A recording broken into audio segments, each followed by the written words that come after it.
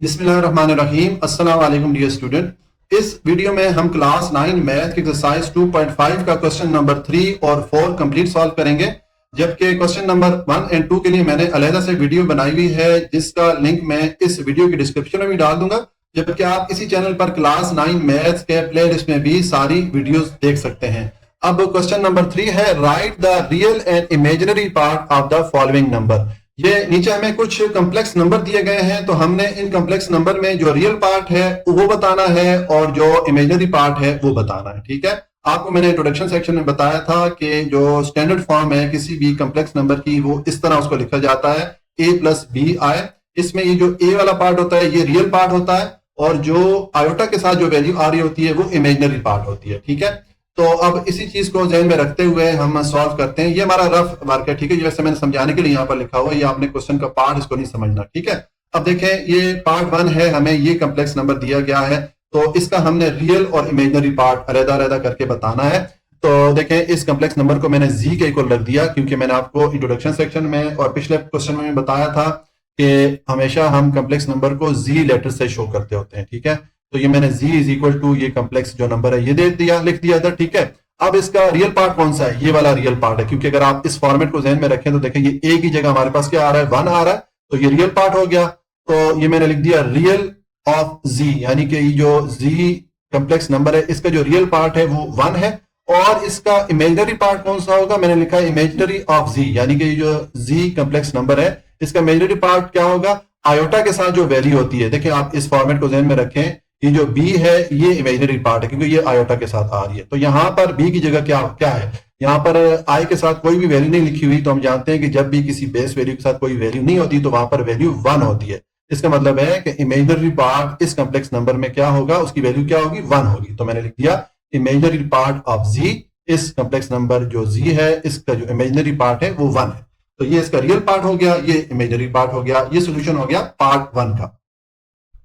जी, अब पार्ट 2 है, हमें ये कॉम्प्लेक्स नंबर दिया गया है। ठीक है, तो इसका हमने रियल और इमेजिनरी पार्ट अलग-अलग करके लिखना है।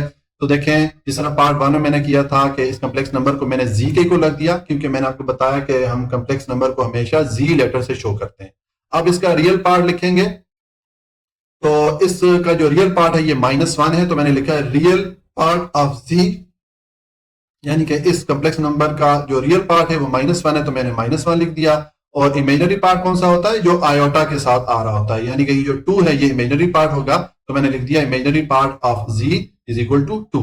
तो ये सोल्यूशन हो जाता है पार्ट 2 का। अब पार्ट 3 है, हमें ये कॉम्प्लेक्स नंबर दिया गया है -3 आयोटा प्लस 2। तो जिस तरह के पार्ट 1 और पार्ट 2 में किया, पहले मैंने इसको z के को लग दिया, क्योंकि मैंने आपको बताया कि कॉम्प्लेक्स नंबर को हमेशा z लेटर से शो करते हैं। तो z इज इक्वल टू ये मैंने कॉम्प्लेक्स नंबर लिख दिया। अब इस कॉम्प्लेक्स नंबर का रियल पार्ट कौन सा है? मैंने आपको बताया कि जो आयोटा के बगैर वाला पार्ट होता है वो रियल पार्ट होता है, यानी कि ये 2 रियल पार्ट होगा। तो मैंने रियल ऑफ z, यानी कि इस कॉम्प्लेक्स नंबर z का रियल पार्ट 2 है। और इमेजिनरी पार्ट कौन सा होता है? जो आयोटा के साथ वैल्यू आती है, तो ये -3 है, तो यहां पर मैंने लिख दिया -3। तो ये इसका रियल पार्ट हो गया, ये इमेजिनरी पार्ट हो गया। ये सोल्यूशन हो गया पार्ट 3 का। अब पार्ट 4 है, हमें ये नंबर दिया गया है, कॉम्प्लेक्स नंबर है -2 आयोटा। इसका हमने रियल पार्ट और इमेजिनरी पार्ट अलग-अलग करके बताना है।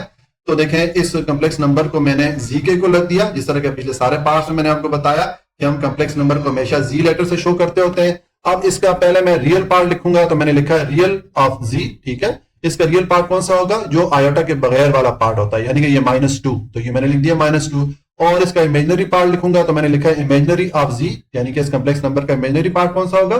जो आयोटा के साथ वैल्यू आ रही होती है। तो ये -2 आयोटा के साथ ये वाली वैल्यू आ रही है, तो मैंने लिख दिया -2। ठीक है, तो ये इसका रियल पार्ट हो गया, ये इमेजिनरी पार्ट हो गया। इस तरह ये हमारा पार्ट 4 भी सॉल्व हो जाता है। अब पार्ट 5 है, हमें ये कॉम्प्लेक्स नंबर दिया गया है -3 आयोटा। तो अब इस नंबर का हम रियल पार्ट और इमेजिनरी पार्ट बताएंगे। तो देखें इस कॉम्प्लेक्स नंबर को सबसे पहले हम जी के इक्वल रखेंगे, जिस तरह आपको मैंने पिछले सारे पार्ट में बताया कि हम कॉम्प्लेक्स नंबर को हमेशा जी लेटर से शो करते होते हैं। तो मैंने जी इज इक्वल टू -3 आयोटा लिख दिया। अब इसका रियल पार्ट और इमेजिनरी पार्ट लिखते हैं। रियल पार्ट अगर हम देखें तो देखें यहाँ पर रियल पार्ट नहीं है, इसका मतलब क्योंकि यहाँ पर सिर्फ आयोटा के साथ वैल्यू आ रही है, तो रियल पार्ट की जगह हम 0 लिख देंगे। ठीक है, रियल पार्ट ऑफ जी जो है ये 0 हो गया। और इमेजिनरी ऑफ जी, यानी कि इस कॉम्प्लेक्स नंबर जी का जो इमेजिनरी पार्ट होगा वो कौन सा होगा, वो जो आयोटा के साथ जो वैल्यू आ रही होती है, तो ये -3 है, तो यहाँ पर मैंने -3 लिख दिया। तो ये रियल पार्ट हो गया 0, क्योंकि यहाँ पर रियल पार्ट लिखा हुआ नहीं था, और इमेजिनरी पार्ट -3 आ गया, तो ये सोल्यूशन हो जाता है पार्ट 5 का। अब पार्ट 6 है, हमें ये कॉम्प्लेक्स नंबर दिया गया 2 + 0 आयोटा, इसका हमने रियल पार्ट और इमेजिनरी पार्ट बताना है। तो सबसे पहले जिस तरह के पिछले सारे पार्ट मैंने किया, हम इस कॉम्प्लेक्स नंबर को जी के इक्वल रख देंगे, क्योंकि मैंने आपको बताया कि हमेशा कॉम्प्लेक्स नंबर को जी लेटर से शो करते हैं, ठीक है।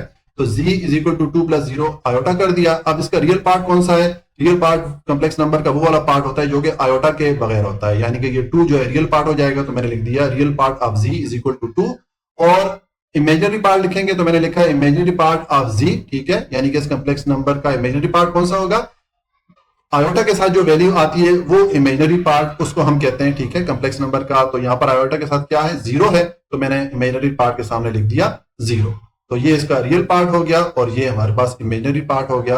तो इस तरह ये पार्ट 6 भी कंप्लीट हो जाता है, और उसके साथ ही क्वेश्चन नंबर 3 भी कंप्लीट हो गया। क्वेश्चन नंबर 3 है, find the value of x and y if x + iota y + 1 = 4 - 3 iota. अगर हमारे पास ये इक्वेशन हो तो हमने इस x और y की वैल्यू फाइंड करनी है, ठीक है। तो देखें इसका सॉल्यूशन है, पहले मैंने ये वाली इक्वेशन लिख दी।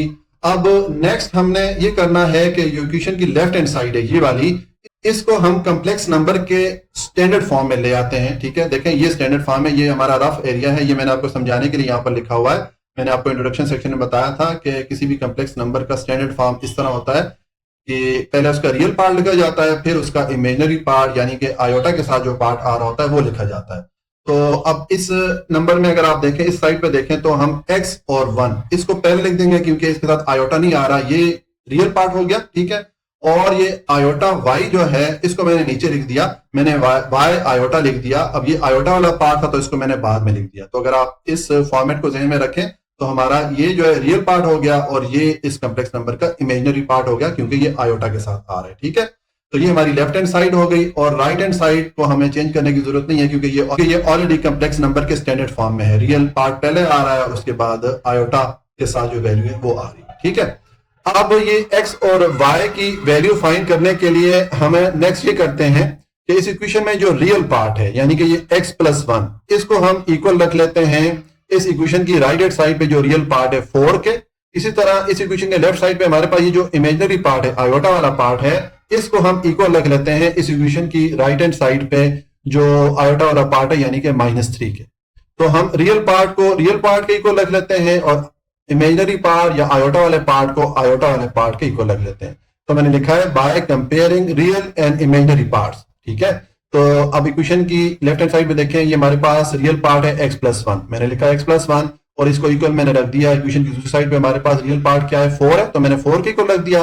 और इसी तरह अब इस इक्वेशन की लेफ्ट साइड पे इमेजिनरी पार्ट या आयोटा वाला पार्ट क्या है y आयोटा है, तो मैंने y आयोटा इक्वल रख दिया। इस इक्वेशन की राइट हैंड साइड पे हमारे पास ये पार्ट है इमेजिनरी पार्ट या आयोटा वाला पार्ट ये है, तो मैंने इसको -3 i के इक्वल लिख दिया या -3 आयोटा के इक्वल रख दिया, ठीक है। अब आपके पास ये दो इक्वेशन बन गई, दोनों को सॉल्व करें तो आपके पास x और y की वैल्यू आ जाएगी। देखें यहाँ पर हमें x की वैल्यू चाहिए, तो x को मैंने एक तरफ रख दिया, 1 को मैं दूसरी तरफ ले गया, तो 1 यहाँ पर प्लस हो रहा है, दूसरी तरफ जाके 4 में से माइनस हो जाएगा, तो 4 - 1 3 आ गया। हमारे पास x की वैल्यू 3 आ गई।